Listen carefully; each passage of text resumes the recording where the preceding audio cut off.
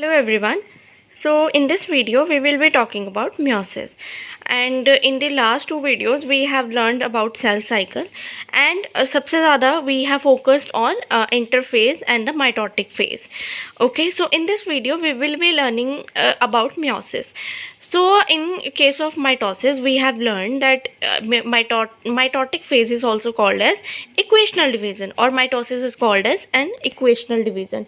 Why? Because in that we have noticed that the ploidy of the chromosome, it remains same. For example, if the chromosome was of 2n ploidy, तो वो हमेशा same रहता है after division. But in case of mitosis, in case of meiosis we have seen that इसको आप reductional division बोलते हैं. तो अगर किसी ने माइटोसिस की वीडियो नहीं देखी है तो you can go and check the link, और मैं उसको अपलोड कर दूंगी इन माय डिस्क्रिप्शन, और you can watch it there. ठीक है. तो meiosis को रिडक्शनल डिवीज़न इसीलिए कहा जाता है क्योंकि यहाँ पे क्या होता है कि अगर जो क्रोमोसोम है, अगर उसकी प्लॉइडी जो थी, प्लॉइडी आपकी अगर 2n थी स्टार्टिंग में, तो वो आपको नज़र आती है n, मतलब आपको हाफ होती नज़र आती है at the end of the cell division और म्योटिक डिवीज़न. तो मतलब यहाँ पे 2n से n का मतलब क्या है कि अगर आपके पास एक क्रोमोसोम था, this is the chromosome x shape structure. ठीक है. तो ये वाला इन केस ऑफ फर्स्ट आपको क्या दिखेगा कि आपका ये क्रोमोसोम कुछ इस तरीके का है, 2 सेट ऑफ क्रोमोसोम है यहाँ पे. तो एट द एंड जब आपका डॉटर सेल फॉर्म हो रहा है तो यहाँ पे आपको दिखेगा कि सिंगल सेट ऑफ क्रोमोसोम रह जाएगा. This is what I meant by ploidy. ठीक है. तो यही होता है कि पेरेंट सेल में आपको प्लॉइडी जो दिखती है पेरेंट सेल में, वो आपको दिखती है 2n, वेयर एज आपका जो डॉटर सेल आता है उसमें आपको प्लॉइडी दिखती है n, मतलब आपको सिंगल सेट ऑफ क्रोमोसोम वहाँ पे नोट होता है. meiosis जो है नॉर्मली आपके जो अगर आप देखो स्पर्म सेल की जहाँ फॉर्मेशन होती है, ठीक है, एग सेल की फॉर्मेशन होती है, वहाँ पे आप देखते हो meiosis को. ठीक है. तो अब इसकी प्रोसेस को हम एक बार चेकआउट कर लेते हैं कि ये क्या है. It is a process where single cell divides into 4 daughter cells containing half the amount of genetic information. Means कि यहाँ पे जो एक सिंगल जो भी सेल है जो डिवीज़न कर रहा है वो 4 डॉटर सेल में कन्वर्ट होता है, जबकि आपने meiosis में देखा था कि वहाँ 2 डॉटर सेल में कन्वर्जन होती है, बट यहाँ पे 4 डॉटर सेल्स में कन्वर्जन होती है, जहाँ पे आपको इवन जेनेटिक इन्फॉर्मेशन जो स्टार्टिंग में आपकी डबल थी वो हाफ होती नज़र आती है. मीन्स आपके 2 सेट ऑफ क्रोमोसोम थे वो हाफ होते हुए नज़र आते हैं. तो ये जो इसका 2 सेट से 1 सेट में कन्वर्जन होना क्रोमोसोम का, इस जर्नी को हम समझते हैं meiosis में. ठीक है. meiosis के एक्चुअली 9 फेजेस हैं, 9 सब फेजेस हैं. ठीक है. इसमें meiosis 1 एंड इसमें आता है आपका meiosis 1 एंड meiosis 2. ठीक है. नॉर्मली यू ऑलरेडी नो, अगर आपने पुरानी वीडियोस देखी होंगी, दैट नॉर्मली जो सेल साइकिल में आपको 2 तरह के फेजेस दिखते हैं, इंटरफेज और एम फेज. ठीक है. वहाँ पे हमने माइटोटिक फेज बोला था, यहाँ पे हम इसको बोलेंगे म्योटिक फेज. ठीक है. तो प्रोसेस सेम रहने वाली है. इंटरफेज, देन आपका जो नेक्स्ट म्योटिक फेज स्टार्ट होता है, प्रोफेज, मेटाफेज, एनाफेज, टीलोफेज. अब यहाँ पे क्या होता है कि अब meiosis 2 फेजेस में होती है, meiosis 1 and meiosis 2. Normally meiosis 1 और meiosis 2 में कुछ खास फ़र्क नहीं होता, जहाँ पे थोड़ा सा डिफरेंस होता है आई विल बी एलेबोरेटिंग. ठीक है. अब meiosis 1 में मैंने आपको बता दिया कौन कौन से फेजेस हैं, that is interphase, prophase 1, metaphase 1, anaphase 1, telophase 1, and then at the last cytokinesis, जहाँ से सेल आपका पूरा डिवाइड होता है. और उसके फॉलोड बाय क्या होता है, prophase 2, anaphase 2, metaphase 2, anaphase 2, telophase 2, and then after that again आपको साइटोकाइनेसिस जो है वो देखने को मिलती है. ठीक है. तो इसको 1 by 1 we have to cover. और इसमें अगर मैं इम्पॉर्टेंट पार्ट आपको बता दूँ तो सबसे ज़्यादा आपको क्या याद रखना है इसमें, एनाफेज में, क्योंकि आपको एनाफेज में ही डिफरेंस देखने को मिलेगा. और स्पेशली अगर मैं एनाफेज में भी बात करूँ तो meiosis 1 के एनाफेज को सबसे ज़्यादा इम्पॉर्टेंट हमें याद रखना है, देन प्रोफेज 1 को भी हमें याद रखना है. अब मैं बताऊँगी क्या याद रखना है, ये हम यहाँ पे देखते हैं. ठीक है. अब यहाँ पे चलते हैं हम. ठीक है. तो यहाँ पे क्या हो रहा है, अब स्टार्टिंग में आपको ये चीज़ क्लियर हो चुकी है कि सबसे पहले meiosis 1 परफॉर्म होगी. meiosis 1 में आपका इंटरफेज 1 आता है, इंटरफेस, अगर आपने पुरानी वीडियोस में देखा होगा कि इंटरफेस की हमने फंक्शनिंग पढ़ी है, फिर भी मैं बता देती हूँ। इंटरफेस में क्या होता है, आपको 3 फेजेस देखने को मिलते हैं। अगर मैं इसको इरेज कर दूं और अगर आपको ये चीज़ क्लियर हो गई हो, ठीक है, तो इंटरफेस में आपको 3 फेजेस देखने को मिलते हैं, G1, S, G2। और इसमें भी सबसे इम्पॉर्टेंट फेज जो है वो आपका S फेज है। इसको आप बोलते हो सिंथेसिस फेज, ठीक है। इसमें सिंथेसिस फेज क्यों कहा जाता है, क्योंकि यहाँ पे आपका जो क्रोमोसोम है, ठीक है, और जो डीएनए है, डीएनए यहाँ पे क्या होता है, डबल कर जाता है। अमाउंट जो डीएनए की है वो डबल कर जाती है। बाकी G1 फेज में तो वो प्रेपरेशन ही करता रहता है, और G2 में भी सेम यही चीज़ होती है। और इसी S फेज में आपको क्रोमेटिड्स का बनना भी विटनेस होता है, देखने को मिलता है। बट प्रॉपरली जो विजिबिलिटी है ऑफ क्रोमोसोम वो आपको प्रो फेज में देखने को मिलती है, राइट, ठीक है। अब नाउ so interphase 1 में what will happen that your obviously your amount of DNA will get double but chromosome number remains same। और ऑल्सो यहाँ पे आपको एक ऑर्गेनेली भी देखने को मिलती है सेल में, सेंट्रोसोम, जहाँ से आपका सेंट्रियोल एंड फर्दर माइक्रोट्यूब्यूल्स बनते हैं। और यही माइक्रोट्यूब्यूल्स ये हेल्प करते हैं सेल डिवीज़न में। अब हम देखते हैं कि कहाँ पे करेंगे, ये M फेज में करेंगे आपको हेल्प, ठीक है। तो अब प्रोफेज 1 आ गया। अब मैंने बताया प्रोफेज 1 का जो सबसे मेजर थिंग है दैट इज़ कि यहाँ पे क्रोमोसोम विजिबल हो जाते हैं। If anyone is not noting my points, please उसको आप नोट कर ले, ठीक है, साथ साथ में लिखते जाएं। तो प्रोफेज 1 में आपका क्रोमोसोम जो है इट बिकम विजिबल, ठीक है। यहाँ पे क्रोमोसोम आपको विजिबल होते हुए दिखाई देते हैं। अब यहाँ पे क्या होता है कि जो क्रोमोसोम्स हैं, ठीक है, जिनके जैसे जो कॉपीज़ ऑफ क्रोमोसोम बनी है, ठीक है, अब जो सेम वाली कॉपीज़ है वो क्या कर जाएंगी, एक दूसरे के साथ कंबाइन कर जाएंगी। सो ऑब्वियसली यहाँ पे अगर वो कंबाइन कर रही हैं दो कॉपीज़ जो सिमिलर हैं, ठीक है, वो अपना जेनेटिक मटेरियल भी तो एक्सचेंज करेंगी। तो कुछ इस तरीके से वो अपना जेनेटिक मटेरियल इस पार्ट से ऐसे एक्सचेंज करेंगी यहाँ पे। तो ये वाला जो क्रोमोसोम है ये इससे पार्ट अपना कुछ मटेरियल शेयर करेगा और ये वाला इस यहाँ पे शेयर करेगा, ठीक है। तो इस तरीके से यहाँ पे जो प्रोसेस दिखती है, जहाँ पे आपको दिख रहा है कि एक्सचेंज ऑफ जेनेटिक मटेरियल हो रहा है इन बिटवीन द क्रोमोसोम, जो सेम टाइप के क्रोमोसोम है, तो उस प्रोसेस को आप बोलते हो रिकम्बिनेशन।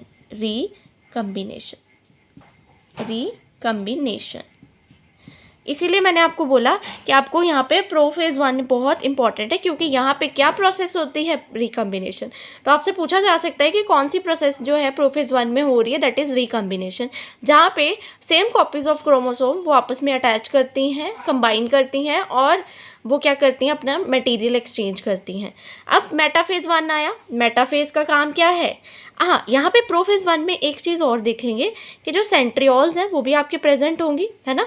और यहाँ पे जो ये न्यूक्लियर मेम्ब्रेन आपको दिख पा रही है, ये न्यूक्लियर मेम्ब्रेन टूटना स्टार्ट हो जाएगी। अगर मैं यहाँ पे थोड़ा सा गैप लगा दूँ तो इस तरीके से ये गैप पड़ना स्टार्ट हो जाएगा। तो न्यूक्लियर मेम्ब्रेन जो है वो टूट जाती है, यहाँ पे न्यूक्लियर मेम्ब्रेन डिसइंटीग्रेट होना स्टार्ट हो जाती है। और साथ ही साथ यहाँ पे जो स्पिंडल है, जो सेंट्रियोल है, वहाँ से भी क्या हो जाता है, सेंट्रियोल भी आपको अपीयर होना स्टार्ट हो जाते हैं और यहाँ से आपके माइक्रोट्यूब्यूल्स भी निकलना स्टार्ट हो जाते हैं। तो यहाँ पे 3 पॉइंट्स जो हैं वो मेजर मैंने बताए हैं। एक आपका क्रोमोसोम विजिबल करता है, एक यहाँ पे रिकॉम्बिनेशन प्रोसेस होती है, एक आपका न्यूक्लियर मेम्ब्रेन टूट जाता है और आपके सेंट्रियोल्स में से माइक्रोट्यूब्यूल्स निकलने स्टार्ट हो जाते हैं। जो यही माइक्रोट्यूब्यूल्स जो क्या करते हैं, आपके क्रोमोसोम को मूव करवाने में हेल्प करते हैं, ठीक है। तो अब मेटाफेज आ जाता है। अब मेटाफेज 1 में आपको क्या देखने को मिलेगा, मेटाफेज 1 में आपके जो क्रोमोसोम है वो इक्वेटर पे आ जाएंगे। इक्वेटर क्या होता है, सेंटर पार्ट। तो अगर मैं इसको इस तरीके से भी बना रही हूँ तो ये वाला पार्ट जो हो गया मेरा, ये इक्वेटर हो गई, ठीक है। और अगर मैं इस तरीके से बना लूँ तो ये पार्ट हो गया, ठीक है। तो यहाँ पे आपके क्या होते हैं, क्रोमोसोम अलाइन करना स्टार्ट करते हैं with the help of what, with the help of your spindle fibre. Spindle fibre क्या करती हैं, ये अटैच करते हैं एक पे वन ऑफ द क्रोमोसोम के साथ और क्या करते हैं, एज अ रिजल्ट वो क्या करते हैं, इक्वेटर पे अलाइन कर जाते हैं। इसी प्लेट को इसी जहाँ पे आपके क्रोमोसोम अलाइन कर रहे हैं, इसी को आप मेटाफेज प्लेट भी बोल देते हो। लास्ट वीडियो में भी हमने बोला था, ठीक है। तो आप इसको मेटाफेज प्लेट भी बोल सकते हो, ठीक है। अब नेक्स्ट फेज आता है। नेक्स्ट फेज जो आपको देखने को मिल रहा है दैट इज एनाफेज। ठीक है। अब एनाफेज में क्या चीज़ हो रही है, एनाफेज में जो आपका क्रोमोसोम है वो मूव करता दिखेगा आपको टूवर्ड पोल्स। तो अगर कोई भी आपके पास कोई भी स्फेयर है या सर्कल है तो आपको पता है उसके पेरिफेरल एंड, आउटर एंड, उसको आप पोल्स बोलते हो। तो ये आपके पोल्स हैं एक हिसाब से। तो पोल्स के साथ क्या होगा, पोल्स पर क्या करेंगे, आपका जो क्रोमोसोम है वो मूव करना स्टार्ट करेगा। अब एनाफेज 1 क्यों इम्पॉर्टेंट है, यहाँ पे पूरा का पूरा पेयर आपको पोल्स की तरफ मूव करता दिखाई देता है। तो the whole pair of chromosome will move toward poles. यहाँ पे सेग्रीगेशन नहीं होगी, मतलब chromosome will not separate into chromatids. ये पूरा का पूरा क्रोमोसोम पेयर जो है वो पोल्स की तरफ जाएगा। देन आपका टीलोफेज आता है। टीलोफेज में क्या होएगा, टीलोफेज में आपका 2-3 चीज़ें आपको यहाँ पे देखने को मिलती हैं। एक, यहाँ पे जो पोल्स की तरफ जो क्रोमोसोम मूव कर रहे थे वो कंप्लीट हो जाता है, पोल्स की तरफ उनकी मूवमेंट कंप्लीट हो जाती है, ठीक है। और यहाँ पे क्या देखने को मिलता है, आपको एक फरो फॉर्मेशन दिखती है, बेंट फॉर्म होता हुआ सेंटर पे दिखता है। साथ ही साथ आपको न्यूक्लियर मैम्ब्रेन की रीफॉर्मेशन दिखती है, न्यूक्लियर मैम्ब्रेन रीफॉर्म्स। तो यहाँ पे रीफॉर्मेशन होती है, ठीक है। अब न्यूक्लियर मेम्ब्रेन रीफॉर्म कर गई, अब नेक्स्ट जो फेज़ आएगा, अब इसी के बाद क्या हो जाएगा, आपकी साइटोकाइनेसिस हो जाएगी और सेल आपका 2 स्ट्रक्चर्स में डिवाइड कर जाएगा, ये और ये, राइट, ठीक है। तो मैंने कंबाइन ही बना दिया, ठीक है। अब इसके बाद अब प्रोफेज़ 2 की बात करते हैं। यहाँ से आपकी क्या स्टार्ट हो रही है, म्योसिस 2, ठीक है। इस फेज़ से, दिस पर्टिकुलर फेज़ से आपका क्या स्टार्ट होता है, म्योसिस 2, ठीक है। ओके, नाउ म्योसिस 2 स्टार्ट हो रही है। अब यहाँ पे आपने देखा, यहाँ पे क्या है, ऑब्वियसली प्रोफेज में आपको क्या दिखता है, क्रोमोसोम विजिबल होता है। और साथ में अब क्योंकि पहले वाले म्योसिस 1 से हमें 2 डॉटर सेल मिले हैं, तो यही 2 डॉटर सेल को हम फर्दर म्योसिस 2 में यूज़ करने वाले हैं। तो यहाँ पे फिर वही सेम प्रोसेस होगी कि आपको सेंट्रोसोम भी नज़र आएंगे। यहाँ पे से न्यूक्लियर मेम्ब्रेन डिसइंटीग्रेट करना स्टार्ट करेगी, क्योंकि प्रोफेज का काम ही यही है कि वहाँ पे न्यूक्लियर मेम्ब्रेन डिसइंटीग्रेट हो जाती है। तो अगर मैं यहाँ पे लिखूँ तो यहाँ पे न्यूक्लियर मेम्ब्रेन डिसइंटीग्रेट होगी, टूटना स्टार्ट होगी, राइट। तो यहाँ पे न्यूक्लियर मेम्ब्रेन डिसइंटीग्रेट होगी। अब ये चीज़ जब हो गई तो अब फिर नेक्स्ट फेज़ हम इस साइड चल रहे हैं, ठीक है। अब इस फेज़ में क्या हुआ, अगेन मेटाफेज़ आ गया। मेटाफेज़ का काम क्या है, एक तो क्या है कि ये स्पिंडल फाइबर स्ट्रेच कर जाती हैं और ये ट्राई करती हैं कि क्रोमोसोम मेरा कहाँ पे, इक्वेटर पे अलाइन हो जाए, ठीक है, इक्वेटर पे अलाइन हो, इक्वेटर पे अलाइनमेंट हो, ठीक है। अब जब इक्वेटर पे अलाइनमेंट होगा, ठीक है, तो इस तरीके से आपको दिखेगा, इस तरीके से अलाइन होता हुआ आपको दिखेगा, ठीक है। अब नेक्स्ट फेज़ एनाफेज़ है। अब एनाफेज़ में क्या दिख रहा है, अगेन एनाफेज़ में क्या था, एनाफेज़ में क्रोमोसोम जो है वो आपके कहाँ जाते हैं, पोल्स के टूवर्ड।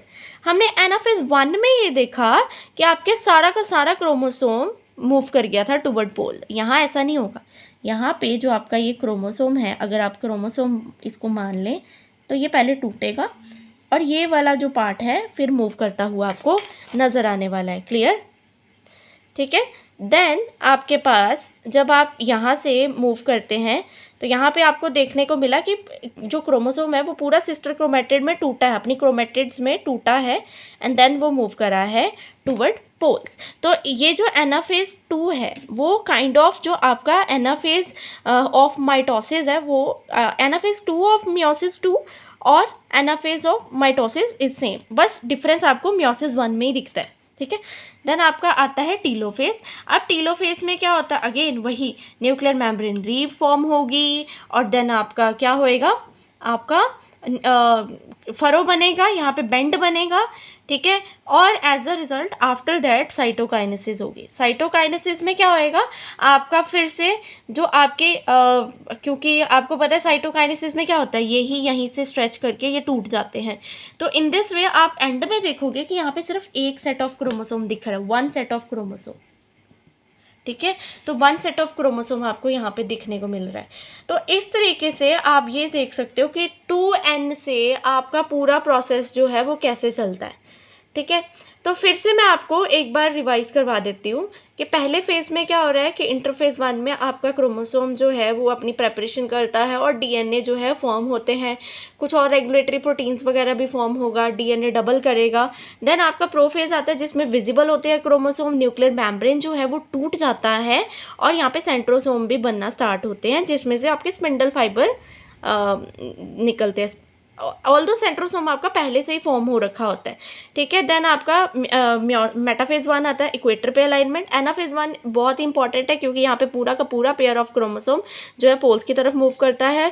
फिर टीलोफेज आता है जिसमें न्यूक्लियर मेम्ब्रेन रीफॉर्म होती है और फर्दर वही डिवीजन होती है। फिर प्रोफेज 2 आता है, मेटाफेज आएगा, सेम वही process, equator alignment, then poles alignment. But यहाँ पे क्या होएगा, एनाफेज जो है वो माइटोसिस की तरह है, माइटोसिस के एनाफेज की तरह, जहाँ पे आराम से जो है आपका जो क्रोमोसोम है वो टूटता है क्रोमेटिड में, एंड देन टेलोफेज आता है और देन आपका फर्दर जो है आपका साइटोकाइनेसिस होगी। सो इन दिस वे आपको जो आपका पेरेंट सेल था, पेरेंट सेल के कंपैरेटिवली जो आपके डॉटर सेल फॉर्म होते हैं, ये these are the daughter cell, है ना। डॉटर सेल में आपको हाफ होती हुई नज़र आती है आपके जेनेटिक इन्फॉर्मेशन। इन दिस वे जो आपकी मियोसिस होती है, अगेन आपको मैं बता देती हूँ, ये नॉर्मली आपको जैसे स्पर्म सेल फॉर्म होते हैं, एग सेल फॉर्म होता है, तो उनमें ये प्रोसेसेस होती है, ठीक है। अब आप बोलोगे कि एग सेल तो एक होता है तो उसमें फिर बाकी के जो आपके 3 सेल है वो क्या बनते हैं, वो पोलर बॉडीज़ बन जाती हैं।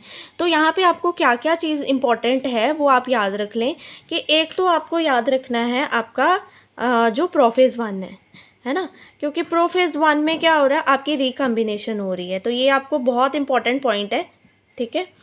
देन आपका एक पॉइंट आपको याद रखना है, दैट इज़ एनाफेज।